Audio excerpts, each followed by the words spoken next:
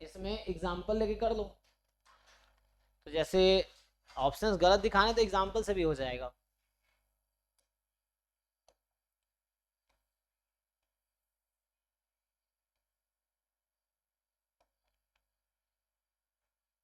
अरे यार,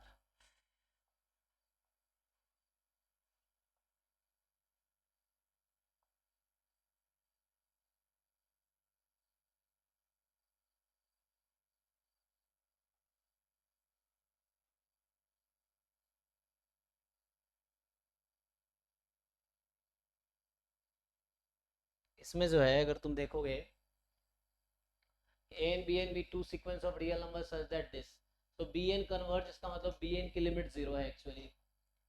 सो B N की लिमिट जीरो पे जा रही है, ठीक है।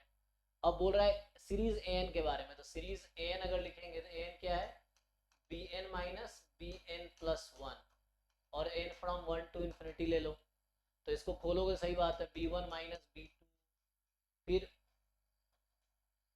प्लस में b two minus b three, and dot dot dot चलता रहेगा। तो ये इससे कैंसिल, ये इससे कैंसिल सारे, और एंड वाले टर्म जीरो पे जा रहे हैं। अगर लास्ट में लिखता भी है कि one upon a n minus one,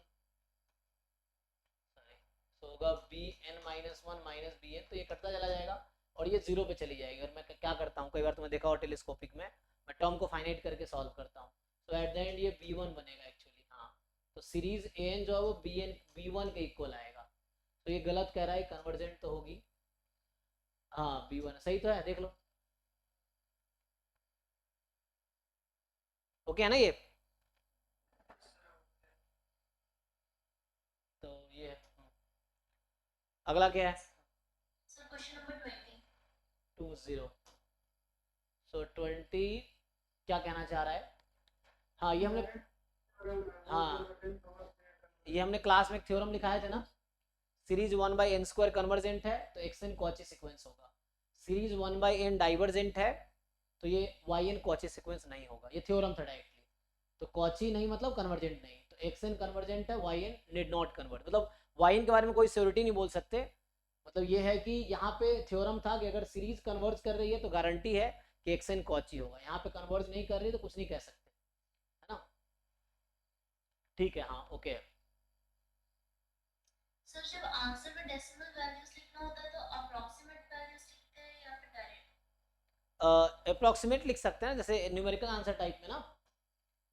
yes sir. जैसे यहाँ पे है, तो यहाँ पे जैसे आपको 0.083 एग्जैक्ट आंसर नहीं है, तो अगर मैं इसी को आपको दिखाऊं दूसरे उससे कि जैसे यहाँ पे आप जाएंगे ना, तो आपको रेंज दिया रहता है, आप रेंज, वो तो लोअर बाउंड दिखा रहा है।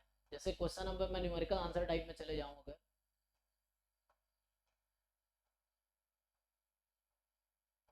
तो 40 से स्टार्ट होगा ना, देखिए मान लीजिए क्वेश्चन 40 नंबर ही है, तो इसका आंसर है, इसका तो 40, इसका आंसर क्या आया हुआ है, ओ सॉरी हाँ 41 से स्टार्ट होगा, सही है। तो ये है ना 41 से लेकर 60, से मान लो ये आंसर है, तो इसका तो इंटीजर आंसर था, इंटीजर डायरेक्टली लिख दिया।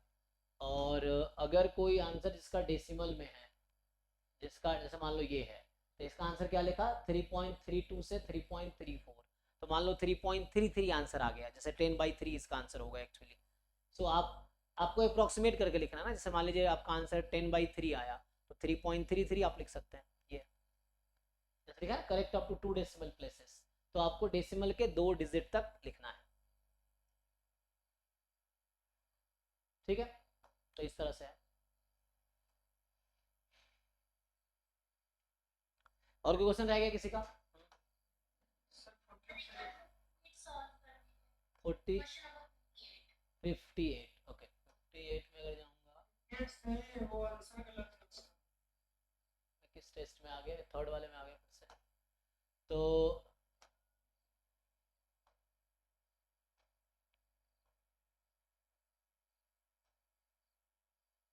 58 ये वाला, ये है ना। तो 58 कह रहा है कि series sign 1/3n cos 2/3n को आपको सम ऑफ सीरीज निकालना है ना। सो सम ऑफ सीरीज अगर निकालेंगे, साइन ए कॉस बी, ओके ठीक है। तो यहाँ से अगर लगाएंगे हम लोग तो ये जैसे आ गया,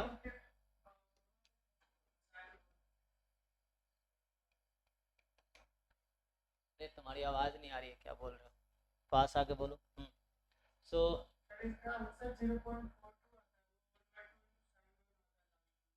अच्छा, तो यहाँ से जैसे ब्रेक करेंगे अगर हम, जैसे ही कह रहे हैं, तो ये 2 sin 1/3n cos 2/3n, यही ना।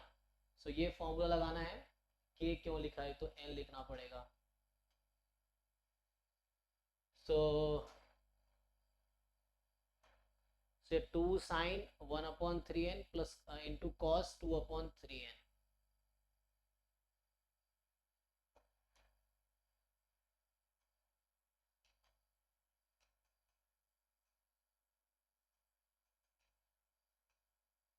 ये हो गया।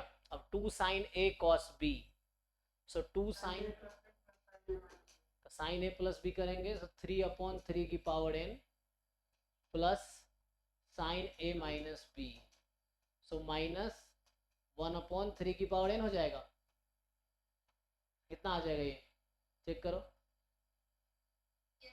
sin a plus b sin a minus b, ना कहना चाह रहे तो ये तो जीरो हो जाएगा।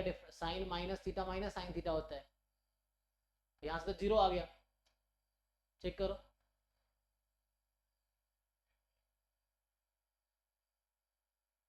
टू साइन एक्स, हाँ जीरो नहीं होगा, क्यों, अच्छा वहाँ 3 है, हाँ यस यस, हाँ मुझे लगा 1 है, अभी ठीक है ना। तो यहाँ से क्या आ गया, 1/2 n from 1 to infinity sine 3/3 की पावर, तो इसको ऐसा लिख सकता हूँ मैं, 1/3 की power n minus 1 minus sine 1/3 की पावर n। हाँ अब टेलीस्कोपिक बन गया ना ये, तो अब ये तो टेलीस्कोपिक हो गया, मतलब एक एक टर्म कटता चला जाएगा। सो हाँ हाँ हाँ, सो ये टेलीस्कोपिक हो गया ना। अगर आप इसको ओपन कर देंगे तो मान लो अभी के लिए इन्फिनिटी है, इन्फिनिटी को मैं कैपिटल एन कर दूं और इसको लिख दूं limit capital N tends to infinity, अभी के लिए समझने के लिए। सो ये हो गया 1/2 बाहर। अब यहाँ पे लिमिट जैसे मैं यहीं पे लगा देता हूँ 1/2 के बाद, सो ये कुछ ऐसा हो जाएगा, limit capital N tends to infinity, और ये आपका आ जाएगा, सो ओपन कीजिए, एन को 1 रखिए, सो साइन 1 माइनस साइन 1/3, ये पहला टर्म।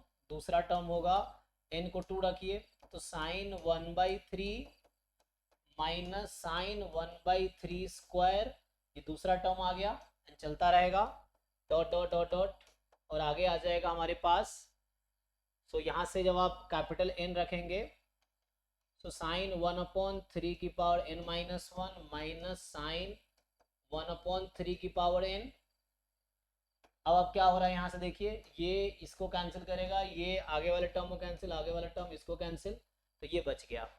अब आप n टेंस टू इन्फिनिटी लगा दीजिए, सो 1/इन्फिनिटी 0, साइन 0 0 हो गया आपका, तो यहाँ से साइन 1/2 आ गया ना, सो ये साइन 1/2 आ गया।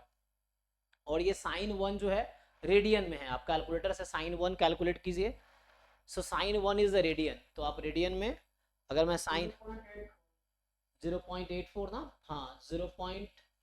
तो साइन 60 डिग्री क्या होता है, √3/2 ना, अप्रॉक्स, हाँ। तो ये 1 radian is actually 57 degree approx, तो ये आपका आ जाएगा 0.84/2, कितना आ जाएगा 0.42, यही ना। तो उसको करेक्ट करवा दो ना, तो इसको करेक्ट करवा देते। सो हमेशा रेडियन में ही लिखना है ना, हाँ रेडियन में रहेगा, अगर डिग्री नहीं है, जी जी डिग्री नहीं है तो रेडियन है, अगर आपको डिग्री नहीं दिया तो रेडियन ही है एक्चुअली। सो ये रेडियन है, तो इसका आंसर होगा, ये क्वेश्चन नंबर 58 था ना, सो 58 का आंसर है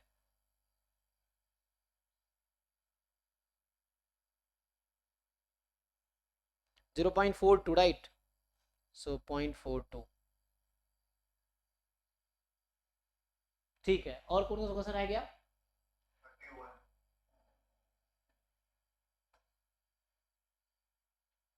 31, ये वाला। तो ये कह रहा है a and b n sequence of real number है जहाँ पे ए एन तो इंक्रीजिंग है, बी एन डिक्रीजिंग है। तो ए एन डिक्रीजिंग है, ए एन इंक्रीजिंग है, बी एन डिक्रीजिंग है। Under which of the condition sequence a n plus b n is always convergent, किस कंडीशन में हमेशा कन्वर्जेंट होगी ये बताना है आपको। सो अगर ए एन बी एन बाउंडेड है, तो कह रहा है ए एन और बी एन दोनों बाउंडेड हो जाए, तो बाउंडेड मोनोटोनिक, तो ए एन डिक्रीजिंग है, बाउंडेड है तो कन्वर्जेंट होगा, ए एन बी एन डिक्रीजिंग है, बाउंडेड है, कन्वर्जेंट होगा। तो दो कन्वर्जेंट सीरीज का सम भी कन्वर्जेंट होता है, ओके है ना। तो पहला तो ओके है, ए एन बाउंडेड एबव है, ए एन बाउंडेड एबव है, तो इंक्रीजिंग है तो a N convergent. B N के बारे में कुछ कहा नहीं, तो बी एन डाइवर्स कर सकता है, तो सम डाइवर्स कर सकता है। ये कह रहा है a n is bounded above, तो ये इंक्रीजिंग है और बाउंडेड एबव है, तो लिस्ट अपर बाउंड पे कन्वर्ज करेगा, तो ये कन्वर्जेंट होगी, लिमिट एल आ जाएगी। बी एन डिक्रीजिंग है और ये बाउंडेड बिलो है, तो बाउंडेड बिलो है तो डिक्रीजिंग है, तो ये जो ग्रेटेस्ट लोअर बाउंड होगा उस पर कन्वर्ज करेगी, तो दोनों कन्वर्जेंट है, सम कन्वर्जेंट हो जाएगा। बताओ क्या डाउट है इसमें तुम्हें।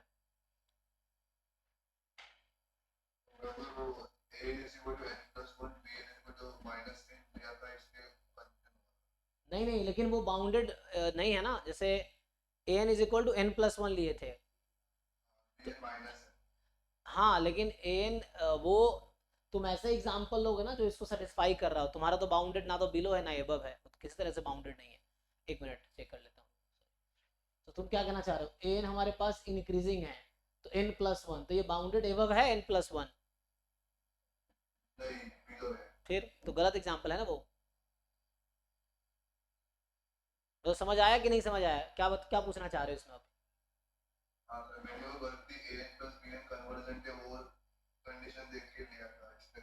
नहीं नहीं, हमें देखना है कि, यही मैं बोल रहा हूँ, तुम अभी फिर से मैं कहा था, एक इफ देन स्टेटमेंट होगा, इफ पूछेगा, एक देन पूछेगा, एक इफ एंड ओनली इफ पूछेगा।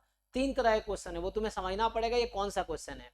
इफ देन, इफ समथिंग पूछ रहा है, या देन समथिंग पूछ रहा है, या इफ एंड ओनली इफ पूछ रहा है, तीन तरह का क्वेश्चन है। तीनों में आंसर अलग अलग हो सकता है, एक ही स्टेटमेंट है, वही एक कंडीशन में ट्रू हो सकता है, दूसरे में फॉल्स हो सकता है, तीसरे में फॉल्स हो सकता है।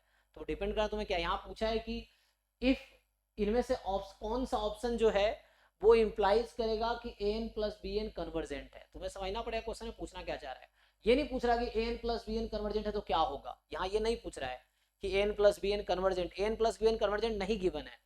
हमें पूछ रहा है इनमें से कौन सा ऑप्शन इंप्लाइज करेगा, ये लिखा है ना यहाँ पे, under the following condition the sequence this is always convergent. इनमें से कौन सी कंडीशन है जिसके अंडर, इसका मतलब जो इंप्लाई करेगी कि a n plus b n convergent है, ये चीज है, ठीक है। तो तुम्हें इसके हिसाब से एग्जांपल लेना पड़ेगा।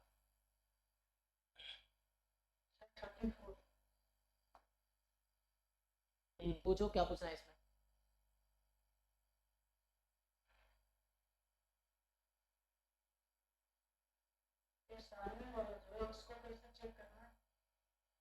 ये बी ऑप्शन,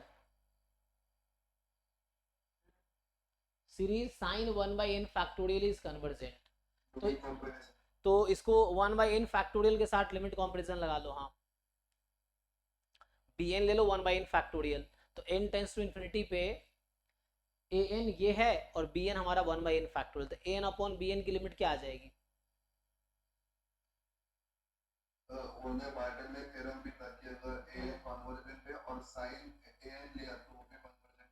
अच्छा ठीक है, सीरीज an कन्वर्जेंट है तो साइन an भी कन्वर्जेंट आएगा, तो वही लिमिट कंपैरिजन टेस्ट से वो आ जाएगा।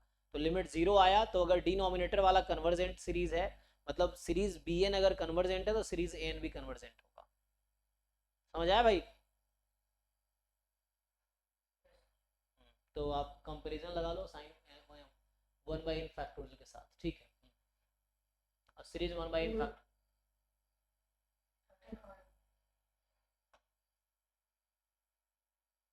क्या पूछना है इसमें।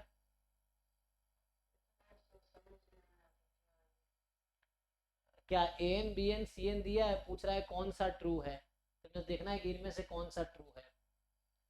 तो लार्ज एन का मतलब एन टेंस टू इन्फिनिटी, तो चेक करो ना, जैसे ए पहला ऑप्शन कब ट्रू होगा, तुम सी एन को नीचे बुला लो, तो a N upon c N की लिमिट निकालो, अगर 1 से ज्यादा आ गई तो ये ट्रू ऑप्शन है। इसमें b n upon c n कर लो, n tends to, large n जब भी लिखा हुआ हो इसका मतलब एन टेंस टू इन्फिनिटी की बात कर रहा है, ये है। सर 27 27 ना, तो ये है। तो यहाँ कह रहा है कि consider the sequence 1 plus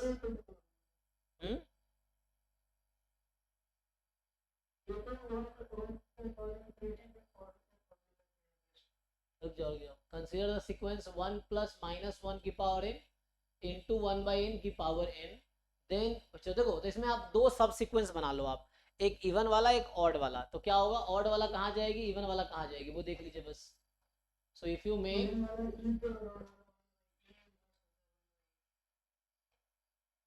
so देखिए यहाँ पे अगर हम सॉल्व करेंगे, सो जैसे ये जो an है, सो आप क्या कीजिए, मान लो n इवन है, for example n is even, तो n इवन के लिए हमारा an हो जाएगा 1 प्लस 1 बाई n का पावर n, और n अगर ऑड है सो n हो जाएगा, क्योंकि माइनस 1 की power odd number -1, so 1 minus 1 by n की पावर n। तो इसकी लिमिट e आ गई, इसकी लिमिट e की पावर -1। और आपको देखना है कि दोनों सब सीक्वेंस कन्वर्जेंट है, तो जो लार्जर लिमिट है वो लिमिट सुपीरियर है, जो लोअर लिमिट है वो लिमिट इन्फीरियर है। तो e 2.718 है और ये 1/2.718 होगा। तो यहाँ से समझ आ गया कि लिमिट सुपीरियर ऑफ an जो है वो लार्जर 1 है, और लिमिट इन्फीरियर जो है an का 1/e है। ये हो गया, तो इससे आ जाएगा, ठीक है।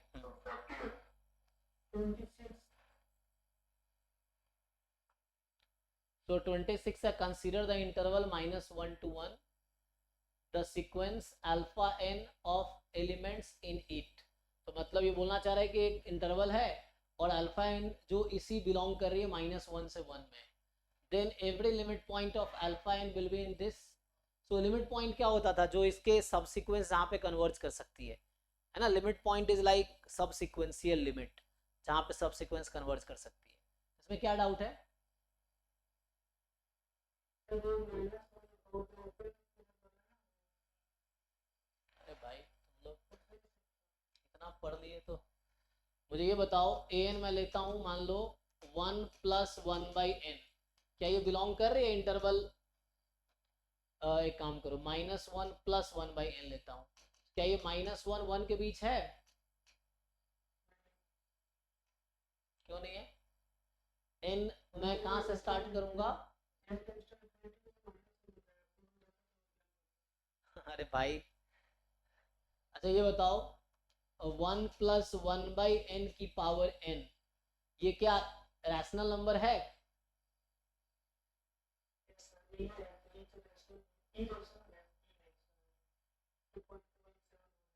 नहीं तुम्हें एक्चुअली पता नहीं है, सीक्वेंस के टर्म्स और लिमिट अलग अलग चीज़ है। लिमिट कोई ज़रूरी थोड़ी है उसमें बिलोंग करेगी जिस सेट में सीक्वेंस का रेंज है, ऐसा ज़रूरी थोड़ी है। तो ये बताओ, जैसे मैंने अभी पूछा है यहाँ पे, एक्चुअली मैं कह रहा हूँ ये ट्रू स्टेटमेंट है, बताओ ऐसा कौन सा n है जहाँ पे ये फॉल्स हो जाएगा। तुम कह रहे हो इन्फिनिटी कोई नंबर है क्या, इन्फिनिटी कोई नंबर है, फिर मैं पूछ रहा हूँ n की वैल्यू बताओ जहाँ पे ये बिलोंग नहीं करेगी, ये बिलोंग करेगी for all n belongs to natural number, ये बिलोंग करेगी for all n belongs to natural number. तुम्हें तब ये तो जानकारी नहीं है तुम्हें अभी तक, ये रैशनल नंबर का सीक्वेंस है, इसके हर टर्म रैशनल नंबर है, n मैं कोई भी नेचुरल नंबर लूंगा ये रैशनल नंबर ही आएगा। जैसे √2/n है, ये इरेशनल नंबर होगा for all n belongs to natural number. ये अलग बात है, इसकी लिमिट 0 हो जा रही है, तो लिमिट 0 होने का ये मतलब थोड़ी है कि सीक्वेंस का टर्म 0 हो जाएगा। लिमिट 0 होने का मतलब है कि इसके सारे जितने भी लार्ज नंबर है वो 0 के नेबरहुड में आ रहा है, इसका कोई भी टर्म 0 के इक्वल नहीं है, इसमें एक भी टर्म 0 नहीं होगा, इसके एक भी टर्म इरेशनल नंबर नहीं होगा, इसका एक भी टर्म -1 के इक्वल नहीं होगा। सिमिलरली 1 माइनस 1 बाई n, क्या ये बिलोंग कर रही है -1 से 1 में, यस हाँ। तो अब तुम सोचो जो ऑप्शन कह रहा है, तो इसकी लिमिट जो है वो 1 हो जाएगी। तो अगर मैं इसका रेंज लिखूंगा तो रेंज ये है, और इसका सेट ऑफ लिमिट पॉइंट जब लिख रहे हैं हम, तो कहाँ कहाँ ये कन्वर्ज कर सकती है वो बात कर रहा हूँ। तो मान लो एक सीक्वेंस है, जब n ऑड है तो ऐसा है, और जब n इवन है तो ऐसा है। तो बताओ इसका सेट ऑफ लिमिट पॉइंट क्या हो गया an का? सेट ऑफ लिमिट पॉइंट्स क्या है an का? क्लोज हो गया यहाँ पे। तो ये जरूरी थोड़ी है कि जैसे सीक्वेंस के सारे टर्म अगर रैशनल होंगे तो लिमिट भी रैशनल आएगी, और ये जरूरी थोड़ी है कि लिमिट जो आएगी वो उसका टर्म ही होगा। कोई जरूरी नहीं है कि जो लिमिट है वो उसका टर्म्स ही होंगे। लिमिट वैसा नंबर भी हो सकता है जो उसका टर्म नहीं है। जैसे यहाँ पे मैं एग्जांपल दे रहा हूँ कि इसका लिमिट रैशनल नंबर है लेकिन इसके एक भी टर्म रैशनल नंबर नहीं है, इसका लिमिट इरेशनल नंबर है लेकिन इसका एक भी टर्म इरेशनल नंबर नहीं है। तो उस तरह से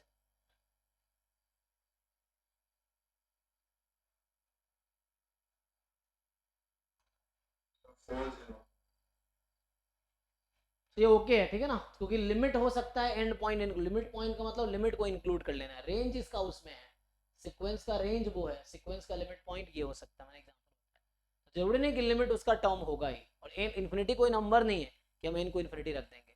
टेंस टू का मतलब एक लार्ज नंबर के लिए बात कर रहे हैं जो कि उसको अप्रोच कर रही होगी। अप्रोच करना और इक्वल होना दोनों अलग चीज है ना। लिमिट क्या है कि सीक्वेंस जहां अप्रोच कर रही है, सीक्वेंस इक्वल नहीं है उसके, सीक्वेंस उस नंबर को अप्रोच कर रही है, तो अप्रोच करना और इक्वल टू होना दोनों अलग चीज।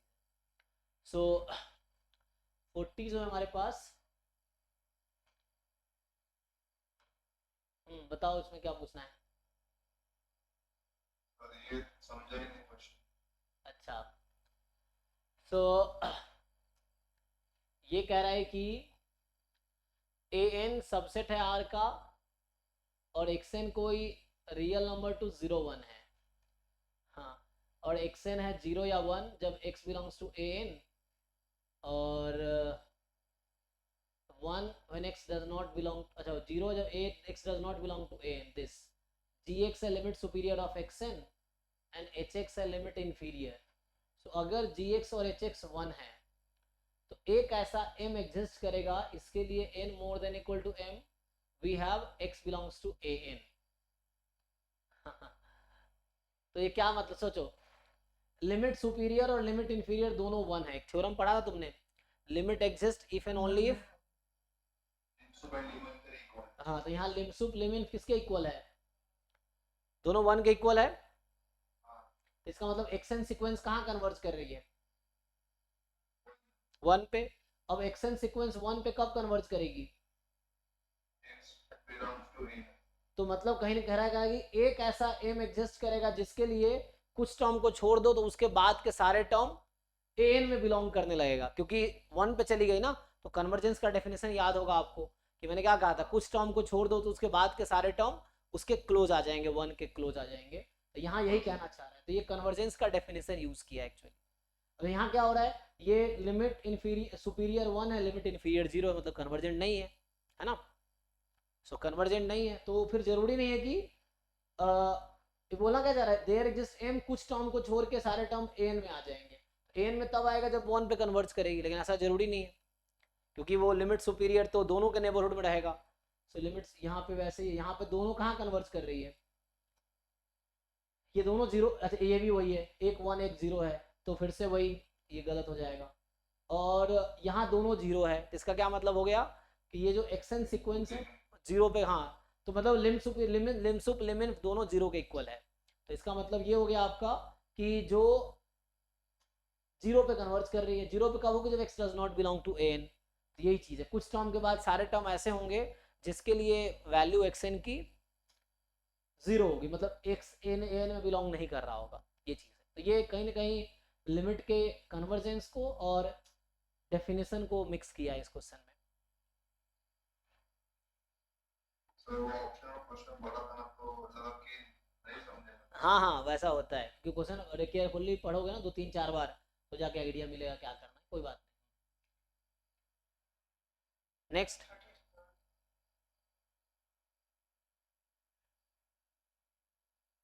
तो ए बी रियल नंबर है, कंसिडर सीक्वेंस डी एन जो कि n choose a upon n choose b, और जहां n बड़ा है a b दोनों से। So which of the following statement are true. तो एग्जाम्पल लेके देख लो, अगर तुम्हें जैसे ये बोल रहा है, जैसे इस तरह क्वेश्चन हो, तुम जनरल प्रूव करोगे बहुत टाइम लगेगा। तो एक काम करो ना, जिसने कहा कि converges for all a b, अब मैं कह रहा हूँ ए को 1 और बी को 2 रख लो, क्या होगा बताओ? तुम ए को 1 रख दो और बी को 2 रख दो, फिर क्या होगा? डीएन की वैल्यू क्या आएगी? ए को 1 रखने पे और बी को 2 रखने। नोटबुक है ना तुम्हारे पास? लिख के बताओ सिंप्लीफाई करके। N a small a is equal to 1, small b is equal to 2, और सिंप्लीफाई करके डीएन बताओ कितना आएगा सिंप्लीफाई होने के बाद। फिर उल्टा कर दो इसी को, है ना, एक बार 2 एक बार 1 कर दो। मैं लिख के बताऊं?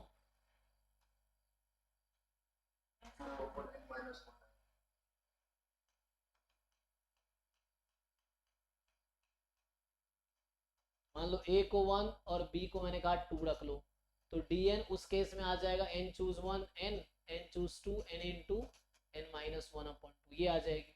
उल्टा कर दूं मैं, a को 2 और b को 1 रख दूं, तो उल्टा हो जाएगा ये n into n minus 1 upon 2। बताओ ये कहाँ कन्वर्ज कर रही है, ये कहाँ कन्वर्ज कर रही है? अब देखो ऑप्शन डिसाइड करके। तो जैसे जब भी ऐसे वेरिएबल वाले क्वेश्चन हो, आप सिंपली नंबर्स लेके करो, ठीक है?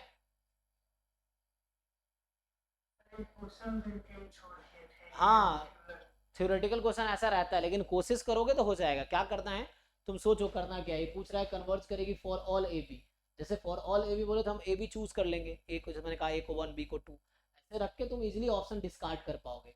जब ए लेस देन बी है तो न्यूमरेटर की डिग्री कम होगी, डिनोमिनेटर की ज़्यादा होगी, तो वो हमेशा 0 पे कन्वर्ज करेगी। अगर ए मोर देन बी होगा तो वो इन्फिनिटी पे जाएगी, ठीक है ना?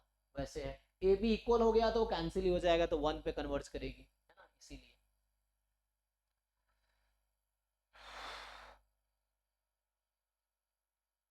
एमएसक्यू और एनएटी में सब क्वेश्चन अटेम्प्ट करने चाहिए ना, क्योंकि उसमें नेगेटिव मार्किंग नहीं है। हाँ हाँ, एमएसक्यू और एनएटी में अंत में तुक्का लगा के आ जाओ। जो क्वेश्चन ना हो लास्ट के 5 मिनट में तुक्का लगा दो, कोई दिक्कत नहीं है, क्योंकि मार्क्स तो कटने नहीं है। और तुक्का अगर एक भी सही हो गया तो मार्क्स बढ़ सकते हैं, ऐसे कम ही चांस रहता है।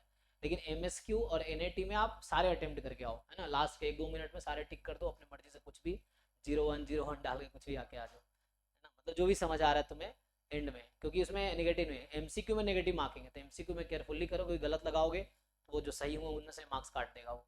कि 1 मार्क्स का है तो 0.33 माइनस हो जाएगा गलत हुआ तो, 2 मार्क्स वाला है गलत हुआ तो 0.66 माइनस हो जाएगा, ये ए सेक्शन में, है ना।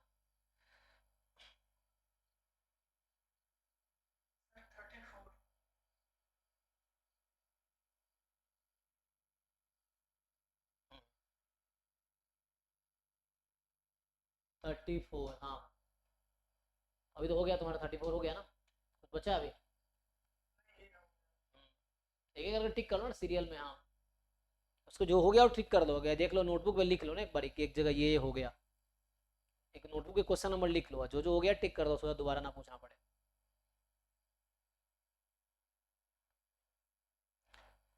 ठीक है, तो अगर हो गया तो स्टॉप करते हैं यहीं पे। मतलब डाउट, मैं बाकी लोगों का डाउट लूंगा वो ग्रुप में।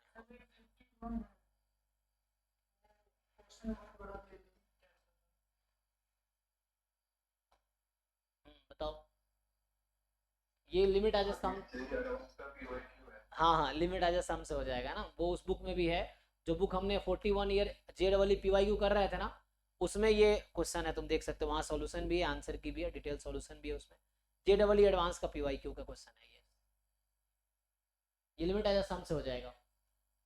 एक बार सीए में भी आया था, आई गेस 2018 2019। अच्छा हाँ, तो इस तरह क्वेश्चन पूछ लेते हैं वो लोग।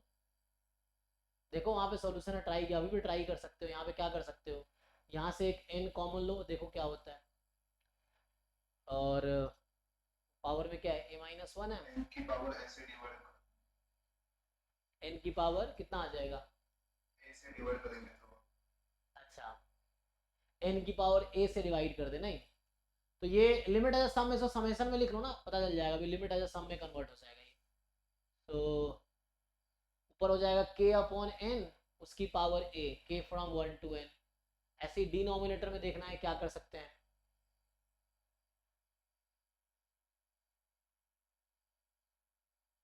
a प्लस 1/n, अगर यहाँ से मैं n कॉमन ले लूँ तो a plus 1/n, a plus 2/n, a plus n/n, तो ये हो जाएगा a प्लस k/n का समेशन, है ना। और 1/n दोनों में लगा दो बाहर, और उधर हाँ बाकी बैलेंस हो जाएगा, समझ रहे हो ना। ऊपर ऊपर अलग से लिमिट एज ए सम लगाओ, यहाँ अलग लिमिट एज ए सम लगेगा, जो n यहाँ से निकल के आएगा वो इसके साथ बैलेंस हो जाएगा।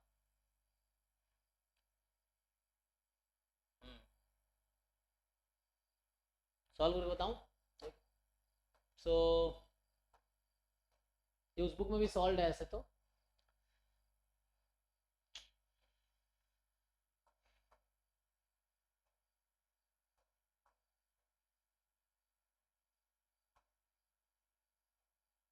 ठीक है, देखो इसमें क्या करना, मैं क्या बोलना चाह रहा हूँ।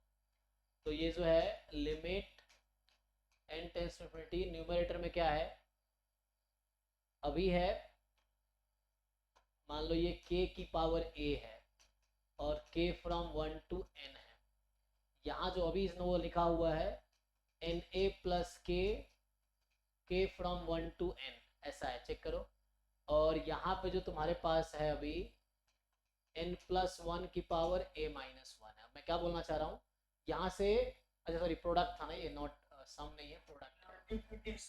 हाँ तो कोई बात नहीं, उसको हम चेंज कर देंगे। तो अभी क्या करते हैं, बीच में सम का मिसप्रिंट किया है। अच्छा यहाँ पे एक्चुअली सम है, यहाँ प्लस का साइन मिसिंग है, ओके, यहाँ प्लस डॉट डॉट डॉट है ना, ओके वही है एक्चुअली। तो यहाँ इन्होंने इस बीच में साइन खा गए हैं टाइपिंग वालों ने। सो ठीक है ना, तो इससे करके देखो अब हो जाएगा। n यहाँ से कॉमन निकालो, तो n कॉमन निकालोगे यहाँ पे, सो यहाँ पे a प्लस k/n। सो इसमें क्या करो, n की पावर a से डिवाइड करो, तो बैलेंस करने के लिए n की पावर a यहाँ रखोगे, ठीक, ये ओके है। अब यहाँ पे भी ऐसे ही n कॉमन लो पहले एक, तो जब यहाँ से n कॉमन निकालोगे तो ये बचेगा a प्लस k/n, और यहाँ 1/n आ जाएगा। अब आ जाएगा यहाँ limit as a sum use हो जाएगा, और यहाँ भी लिमिट एज अ सम, जो बाकी एक्स्ट्रा टर्म है ना ये 1/n, यहाँ भी एक 1/n चाहिए होगा। तो इस तरह से, तो यहाँ n कॉमन ले रहे थे ना, हाँ n है, तो ये n ऊपर चला जाएगा, एक यहाँ से ऊपर चला जाएगा, वो कैंसिल हो जाएगा, जो बाकी बचेगा ना 1 पे चला जाएगा, ये जो बाहर बचेगा ये 1 पे चला जाएगा, यहाँ से ये इंटीग्रेशन बनेगा, ये भी इंटीग्रेशन बनेगा, तो लिमिट एज अ सम से आएगा। तो उसको करेक्शन थोड़ा ना बीच में प्लस गायब है, na plus 1 plus na plus 2 ये होगा। तो ये क्वेश्चन नंबर है 51। इसमें पहले ना दो आंसर आए थे, अभी चेंज किया तो r प्लस लिखा हुआ था, दोनों आंसर। अच्छा ओके, तो इसमें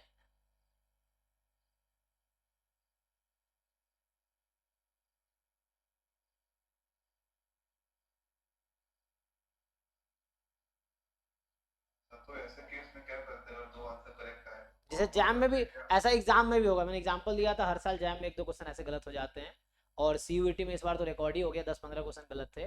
तो जब आंसर गलत होते हैं तो मार्क्स टू ऑल होता है।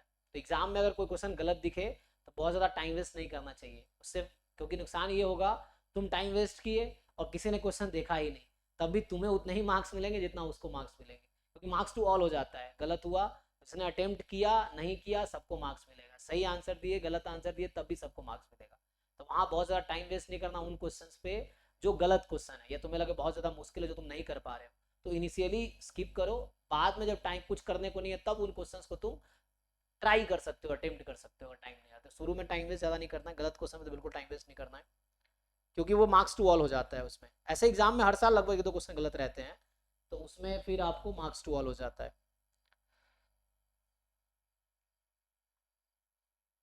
ठीक है, डन हो गया। तो अभी मैं बाकी लोगों को भेज देता हूँ लिंक, जो डाउट जिनको बाहर से करना है वो देख सकते हैं। ये स्टॉप करते हैं फिर, ये मतलब ये मॉक टेस्ट वाला स्टॉप करते हैं। बाकी डाउट अगर बाहर के हैं तो भी डिस्कस कर सकते हैं हम लोग, बाहर के डाउट जो आपने प्रैक्टिस किए हो बुक से या साइंस